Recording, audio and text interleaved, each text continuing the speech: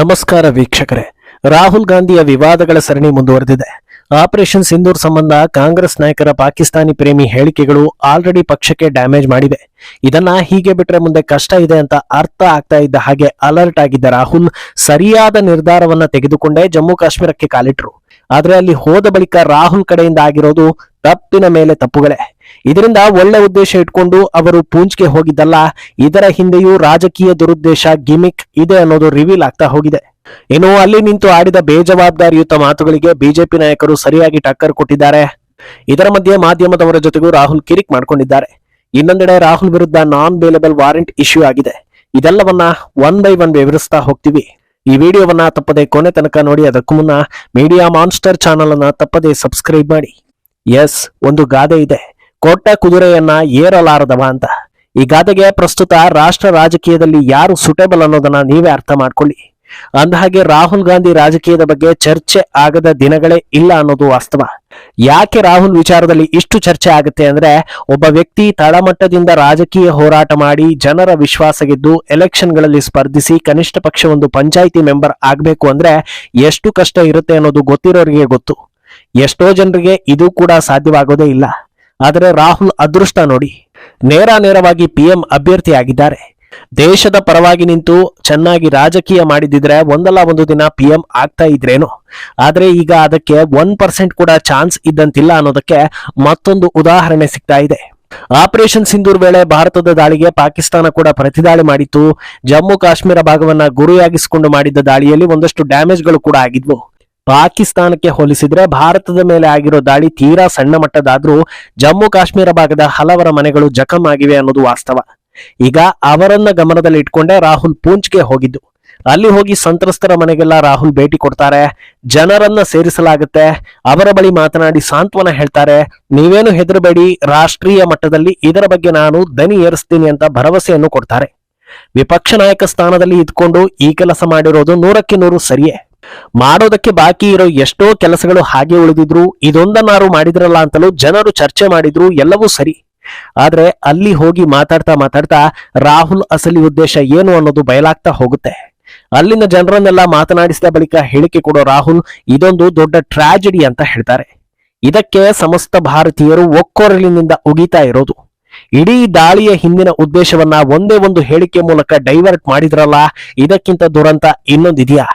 ಪಾಕಿಸ್ತಾನ ಭಾರತದ ಮೇಲೆ ನಡೆಸಿದ ದಾಳಿ ಅವರಿಗೆ ಅನ್ಯಾಯ ಆಗಿದೆ ಅಂತಲೋ ಅಥವಾ ಭಾರತ ಅವರ ಜಾಗವನ್ನ ಕಬ್ಜಾ ಮಾಡಿದೆ ಅಂತಲೋ ಅಲ್ಲ. ಇದು ಭಯೋತ್ಪಾದಕರ ಬೆನ್ನಿಗೆ ನಿಂತು ಪಾಕಿಸ್ತಾನ ನಡೆಸಿರೋ ದಾಳಿ, ಅರ್ಥಾತ್ ಇದು ಕೂಡ ದೊಡ್ಡ ಉಗ್ರ ಚಟುವಟಿಕೆ.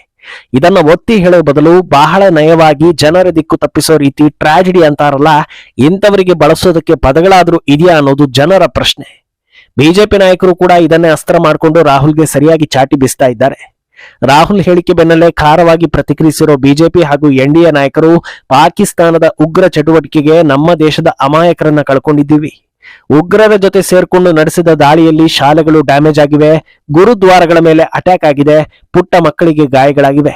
ಇಂಥ ಗಂಭೀರ ಉಗ್ರ ಚಟುವಟಿಕೆಯನ್ನ ಟ್ರಾಜಿಡಿ ಅನ್ನೋದಕ್ಕೆ ನಾಚಿಕೆ ಆಗೋದಿಲ್ವಾ ಅಂತ ಪ್ರಶ್ನೆ ಮಾಡ್ತಾ ಇದ್ದಾರೆ. ಈ ಬಗ್ಗೆ ಪ್ರತಿಕ್ರಿಯಿಸಿರೋ ಬಿಜೆಪಿ ರಾಷ್ಟ್ರೀಯ ವಕ್ತಾರ ಪೂನಾವಾಲಾ, ರಾಹುಲ್ ಬಾಯಲ್ಲಿ ಇಂಥ ಹೇಳಿಕೆಗಳು ಬರೋದ್ರಲ್ಲಿ ಅಚ್ಚರಿ ಏನೂ ಇಲ್ಲ. ಒಂದಲ್ಲ ಎರಡಲ್ಲ ಸಾಕಷ್ಟು ಸಲ ಉಗ್ರ ಪೋಷಿತ ಪಾಕಿಸ್ತಾನವನ್ನ ಕಳಂಕ ಮುಕ್ತ ಮಾಡಿದ್ದಾರೆ. ರಾಹುಲ್ ಮಾತ್ರವಲ್ಲದೆ ಇಡೀ ಗಾಂಧಿ ಕುಟುಂಬ ಪಾಕಿಸ್ತಾನದ ಬೆನ್ನಿಗೆ ನಿಂತಿದೆ. ಇಂಥವರಿಂದ ಇನ್ನೇನನ್ನ ನಿರೀಕ್ಷೆ ಮಾಡೋದಕ್ಕೆ ಸಾಧ್ಯ ಇದೆ? ಇದು ಬೈಮಿಸ್ ಆಗಿ ಆಗಿರೋದಲ್ಲ, ಪಾಕಿಸ್ತಾನಕ್ಕೆ ನೇರವಾಗಿ ರಾಹುಲ್ ಗಾಂಧಿ ಸಹಕಾರವನ್ನ ಕೊಡ್ತಾ ಇದ್ದಾರೆ ಅಂತ ಬಲವಾಗಿ ಆರೋಪಿಸಿದ್ದಾರೆ. ರಾಹುಲ್ ರೈ ಈ ಹೇಳಿಕೆ ಬಹಳ ಚರ್ಚೆಗೆ ಗ್ರಾಸವಾಗ್ತಾ ಇದೆ. ಅಂದಹಾಗೆ ಒಬ್ಬ ಜವಾಬ್ದಾರಿಯುತ ವಿಪಕ್ಷ ನಾಯಕನಾಗಿ ರಾಹುಲ್ ಅಲ್ಲಿಗೆ ತೆರಳಿದ್ದು ಸರಿ ಅನ್ನೋ ಅಭಿಪ್ರಾಯಗಳು ಇದೆ ಅನ್ನೋದನ್ನ ಹೇಳಿದ್ವಿ. ಆದ್ರೆ ಇದರ ಹಿಂದೆ ಅವರಿಗೆ ಸಾಂತ್ವನ ಹೇಳೋ ಉದ್ದೇಶ ಇದ್ದಿದ್ದಲ್ಲ, ಬೇರೆಯದ್ದೇ ದುರುದ್ದೇಶ ಇತ್ತು ಅನ್ನೋ ಚರ್ಚೆ ಕೂಡ ನಡೀತಾ ಇದೆ. ಆಪರೇಷನ್ ಸಿಂಧೂರ್ ಬಳಿಕ ನಾನಾ ರೀತಿಯ ಪ್ರಶ್ನೆಗಳನ್ನ ಕೇಳ್ತಾ ಇರೋ ರಾಹುಲ್, ಪಾಕಿಸ್ತಾನದ ದಾಳಿಯಿಂದ ಭಾರತಕ್ಕೂ ಡ್ಯಾಮೇಜ್ ಆಗಿದೆ ಅಂತ ಬಲವಾಗಿ ಆರೋಪಿಸ್ತಾ ಇದ್ದಾರೆ. ಈ ರೀತಿ ಸೇಮ್ ಟು ಸೇಮ್ ಹೇಳಿಕೆಗಳು ಪಾಕಿಸ್ತಾನದಿಂದಲೂ ಬರ್ತಾ ಇದೆ, ರಾಹುಲ್ ಕಡೆಯಿಂದಲೂ ಬರ್ತಾ ಇದೆ ಅನ್ನೋದು ಸೆಕೆಂಡ್ರಿ. ಹೀಗೆ ಹೇಳಿದ್ಮೇಲೆ ಪಾಕಿಸ್ತಾನದ ದಾಳಿಯನ್ನ ಎತ್ತಿ ತೋರಿಸ್ಬೇಕು. ಈ ರೀತಿ ದಾಳಿ ನಡೆದ ಜಾಗಗಳಿಗೆ ವಿಸಿಟ್ ಕೊಟ್ಟು ಸ್ವಲ್ಪ ಹಂಗಾಮ ಮಾಡಿದ್ರೆ ತಮ್ಮ ಹೇಳಿಕೆಗಳಿಗೆ ಒಂದು ತೂಕ ಬರುತ್ತೆ. ಆದ್ರಿಂದ ಪಾಕಿಸ್ತಾನವೂ ದಾಳಿ ಮಾಡಿದೆ ಅನ್ನೋದನ್ನ ತೋರಿಸೋ ಕಾರಣಕ್ಕೆ ಹೋಗಿದ್ದಾರೆ ಬಿಟ್ರೆ ಇದರ ಹಿಂದೆ ಯಾವ ಸದುದ್ದೇಶವೂ ಇಲ್ಲ ಅನ್ನೋದನ್ನ ಅವರು ಹೇಳ್ತಾ ಇದ್ದಾರೆ. ಇದಕ್ಕೆ ಪುಷ್ಟಿ ನೀಡೋ ಹಾಗೆ ಇನ್ನೊಂದು ಉದಾಹರಣೆ ಕೂಡ ಇದೆ. ಅದೇನಂದ್ರೆ ಈಗ ಜಮ್ಮು ಕಾಶ್ಮೀರದಲ್ಲಿ ಹೇಗೆ ಮನೆ ಮನೆಗೆ ಹೋಗ್ತಾ ಇದ್ದಾರೆ, ಹಾಗೆ ಎಲ್ಲಾ ಸಂತ್ರಸ್ತರ ಪರವಾಗಿ ನಾನಿದ್ದೀನಿ ಅಂತ ಹೇಳ್ತಾ ಇದ್ದಾರೆ. ಆದ್ರೆ ಪಹಲ್ಗಾಮ್ ದಾಳಿಯಲ್ಲಿ ಮೃತಪಟ್ಟ ಅಮಾಯಕ ಭಾರತೀಯರ ಪರವಾಗಿ ಇಷ್ಟೊಂದೆಲ್ಲ ಕಾಳಜಿ ತೋರಿಸಲೇ ಇಲ್ಲ. ಆದ್ರೆ ಈಗ ಯಾಕೆ ಈ ರೀತಿಯ ಅನುಕಂಪ ಬಂತು ಅನ್ನೋ ಸಹಜ ಪ್ರಶ್ನೆಗಳು ಹುಟ್ಟಿಕೊಳ್ತಾ ಇವೆ. ಅದಕ್ಕೆ ಕಾರಣ ಕೂಡ ತೀರಾ ಕಷ್ಟಕರವೇನೂ ಅಲ್ಲ. ಓಲೈಕೆ ಸಮುದಾಯ ಅನ್ನೋ ಕಾರಣಕ್ಕೆ ಇದೆಲ್ಲಾ ಮಾಡ್ತಾ ಇದ್ದಾರೆ ಅನ್ನೋ ಆರೋಪಗಳು ಕೂಡ ಕೇಳಿ ಬರ್ತಾ ಇದೆ. ಅಂದಹಾಗೆ ಈಗ ವಿಸಿಟ್ ವಿಚಾರವನ್ನೇ ಮುಂದಿಟ್ಕೊಂಡು ಮುಂದಿನ ದಿನಗಳಲ್ಲಿ ರಾಜಕೀಯ ದಾಳ ಉರುಳಿಸ್ತಾರೆ ಅನ್ನೋ ಮಾತು ಕೂಡ ಕೇಳಿ ಬರ್ತಾ ಇದೆ.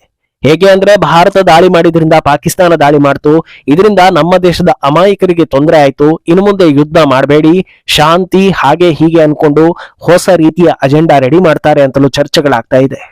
ಇನ್ನು ಈ ಮಧ್ಯೆ ರಾಹುಲ್ ಪತ್ರಕರ್ತರ ಜೊತೆಗೂ ಕಿರಿಕ್ ಮಾಡ್ಕೊಂಡಿದ್ದಾರೆ. ಮಾಧ್ಯಮವೊಂದರ ಪ್ರತಿನಿಧಿ ರಾಹುಲ್ರನ್ನ ಮಾತಾಡಿಸೋದಕ್ಕೆ ಬಂದ್ರೆ ನನ್ನ ಟೈಮ್ ಅನ್ನ ವೇಸ್ಟ್ ಮಾಡಬೇಡ ಅಂತ ಧಮಕಿ ಹಾಕಿದ್ದಾರೆ. ಈ ವಿಡಿಯೋ ಎಲ್ಲಾ ಕಡೆ ವೈರಲ್ ಆಗ್ತಾ ಇದ್ದು ನಾನಾ ರೀತಿಯ ಚರ್ಚೆಗಳಿಗೆ ದಾರಿ ಮಾಡಿಕೊಡ್ತಾ ಇದೆ.